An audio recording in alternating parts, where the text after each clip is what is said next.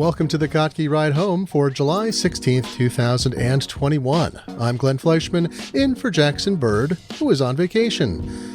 The flood of robocalls may soon abate due to a technology named after James Bond's martini instructions to bartenders, an ethical debate over whether we can revive the dead's voices to simulate what they said or wrote in life after a documentary filmmaker deepfaked Anthony Bourdain, and dropping fish from planes, Among Us in Irish, and the Hubble rebooted.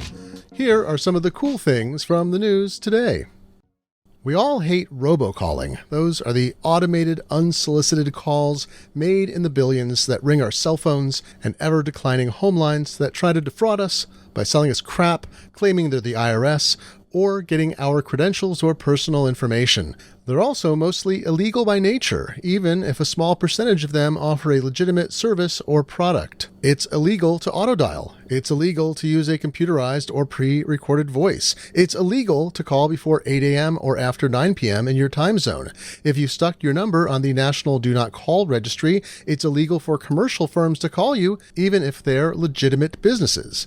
Some motion has taken place on this front. As of June 30th, 2021, all companies that handle voice calls, from smallest to largest, had to register in the Robocall Mitigation Database. Starting September 22nd, any company that hasn't registered will be blocked by all other telephone carriers. The New York Times published a useful fact about this a couple of days ago, but I think it's pretty obscure to most people. The changes imposed by the FCC have a chance of dramatically reducing the over 50 billion robocalls placed each year by essentially locking out the companies taking advantage of lax oversight and what has been a fairly clunky system that was never updated for the digital era. The basis of this change are two protocols neatly named STIR and SHAKEN. Together, they create a sort of end-to-end encryption and verification path vaguely resembling secure website connections between a browser and server. Did you know that caller ID isn't verified? Any number can appear on your phone, which is why it seems like random residential numbers are calling you, or in the prefix scam, you'll get one or more calls from numbers that start with your area code and the next three digits, known as the prefix from the older days of analog phone switching. With STIR SHAKEN, all carriers will use an encryption-based approach that will create a verified chain from the call's initiating carrier to the carrier sending a call to its own subscriber.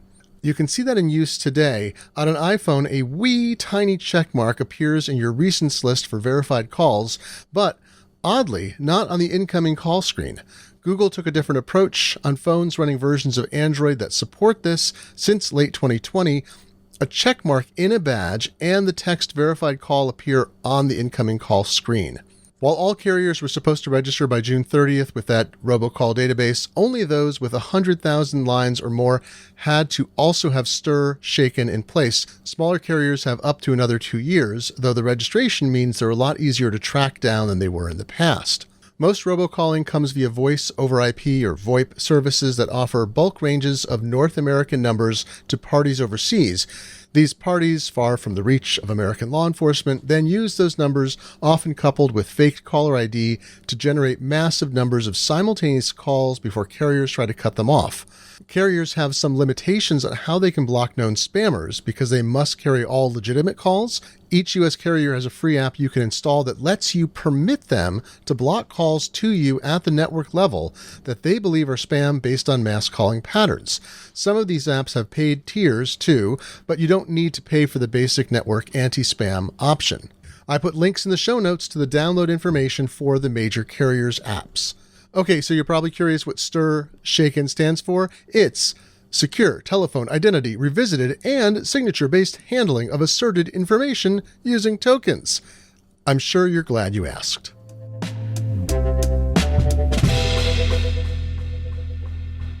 How ethical is it to recreate someone's voice after they're dead to speak aloud things they wrote? That's the question that's arisen around Morgan Neville and his documentary, Roadrunner, a film about Anthony Bourdain. Bourdain left behind an ocean of conversation in words and audio, some private, some informal, and some for broadcast. Neville wanted to use Bourdain's voice extensively in the documentary to say things that he had written, but that didn't exist in an audio form that could be extracted. Neville stitched together words and phrases from many existing sources to simulate Bourdain saying things that there was no record of him having spoken necessarily. That's considered less sticky territory because it's his voice.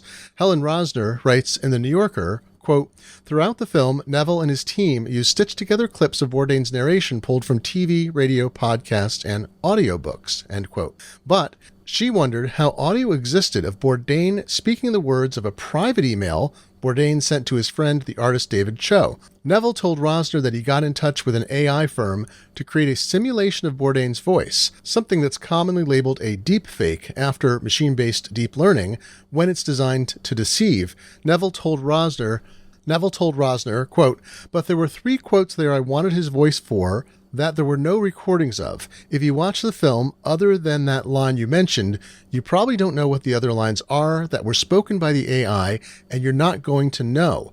We can have a documentary ethics panel about it later," end quote. Neville stated he got permission in a GQ interview. Quote, "I checked, with his widow and his literary executor just to make sure people were cool with that, and they were like, Tony would have been cool with that. I wasn't putting words into his mouth, I was just trying to make them come alive," end quote. Bourdain's wife, from whom he was separated in a publicly amicable way at the time of his death in 2018, refuted that on Twitter, writing, quote, "I certainly was not the one who said Tony would have been cool with that," end quote.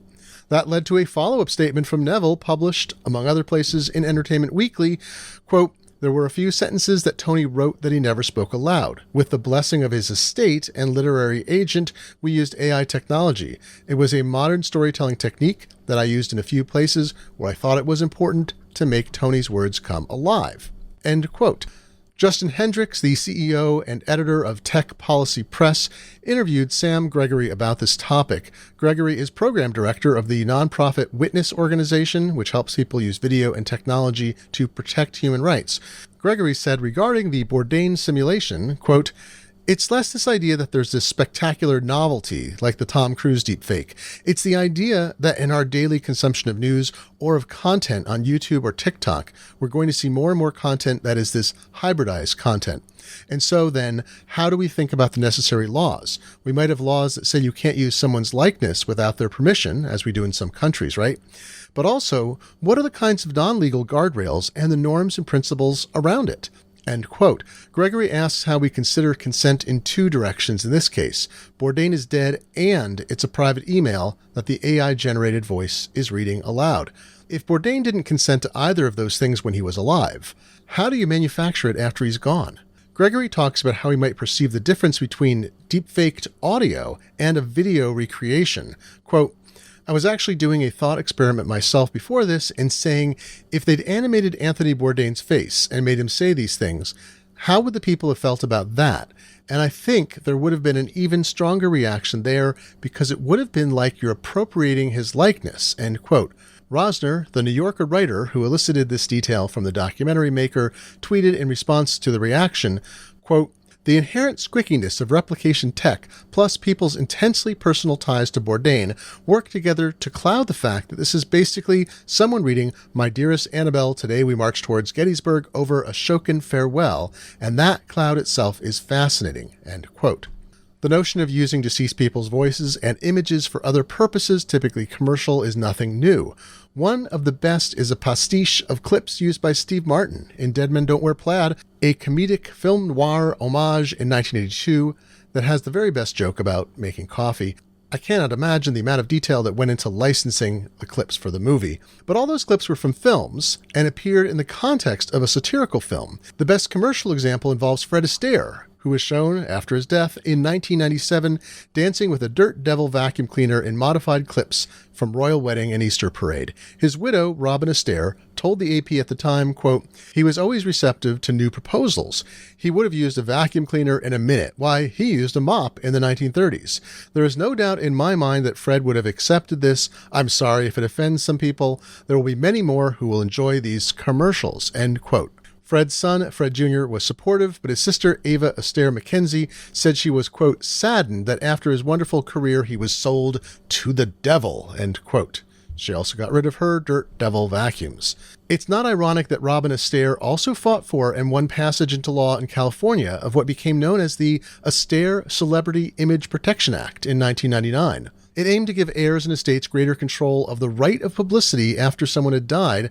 That provided more opportunity to restrict a celebrity's appearance and thus obtain fees by granting permission. But she was true to her statement that she rejected nearly all attempts to license Fred commercially. His likeness has been used very, very sparingly since then. But she also turned down requests for legitimate uses, like allowing footage of Fred to be shown in a tribute in 1992 to his longtime dance partner Ginger Rogers.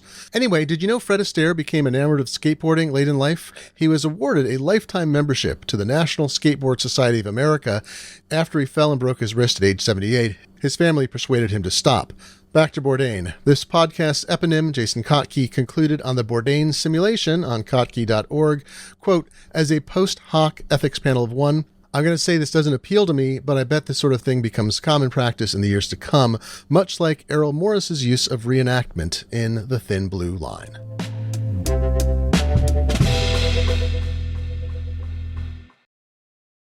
Now, a few brief items to finish out the week. Utah stocks its lakes for anglers by throwing fish out of a plane.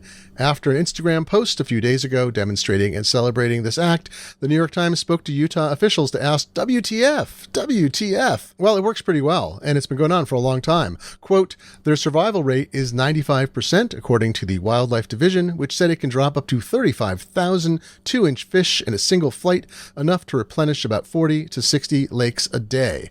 The planes fly, quote, just barely above the trees, end quote, the Wildlife Division said. The Utah Wildlife Division has dropped fish from planes for 65 years, in fact. Previously, they brought fish into remote lakes via metal milk cans strapped to horses. From the Times, quote, Wade Wilson, a biologist for the Wildlife Division, rides in the plane with the pilot as they travel from lake to lake, sometimes carrying up to 70 pounds of fish, end quote. Good story at parties. The pilots must have to calculate carefully the angler of descent? No. Moving on. The made popular in pandemic because it was a fun and way too real video game, Among Us, is now available in Irish, after a Kerry, Ireland-based fluent Irish speaker called out for a version in the Celtic tongue, also known as Gaelic or Gaelin. A group that helps support Among Us's developers reached out. 4 Irish speakers located in Ireland, Canada, and New Zealand worked on the localization over 4 months. Una Min Kavanagh told The Verge, quote, we also don't have yes or no in Irish. Instead, the verb reflects the positive or the negative, so things like that certainly gave us pause for reflection, end quote. Count that as something I did not know about Gaelic. The serious part of producing an Irish language version of the game is to help with teaching Irish. Quote, only 4.2% of Irish people claim to speak their national language daily outside of the education system. So Kavanagh believes the normalization of Irish outside the classroom is key. Quote, for those to continue to want to enjoy the language and immerse yourself in it, it needs to be outside of that. You won't realize how much is sinking in as you play. You really get into the zone, she says, end quote. An update on yesterday's Hubble story. NASA was able to switch to a backup power supply and bring the payload computer back online. Science instruments will be gradually powered up safely over the next few days. The agency posted this magnificent paragraph. Quote, the switch included bringing back online the Backup Power Control Unit, PCU, and the Backup Command Unit / Science Data Formatter, CU/SDF, on the other side of the Science Instrument and Command and Data Handling, SIC&DH unit. The PCU distributes power to the SIC&DH components, and the CU/SDF sends and formats commands and data, end quote. Finally, I don't know if you've become obsessed with bits of music during the pandemic, but I find myself returning repeatedly to listen to a 2016 BBC Arts video. It's a cover of New Order's Blue Monday by a band called Orchestra Obsolete. The group came together ironically when its creator was asked to help celebrate the anniversary of the synthesizer, a key element in New Order's hit recording. But instead, he decided to reproduce the sound and feel of the song using entirely devices and instruments available in the 1930s. This includes a harmonium, a slit drum, a radio frequency tone generator, a theremin, a prepared piano, and a zither. Sadly, the group was formed just for this one song. Various of the musicians have collaborated in other contexts.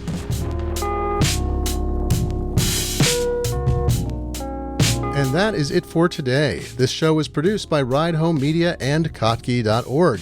I'm Glenn Fleischman in for Jackson Bird, who I hope is enjoying his great vacation. You can reach me on Twitter at GlennF, that's Glenn, F like Frank. I'll be in for Jackson all next week, and then he'll be back. I'll see you Monday. I'm off to make some alphabet soup.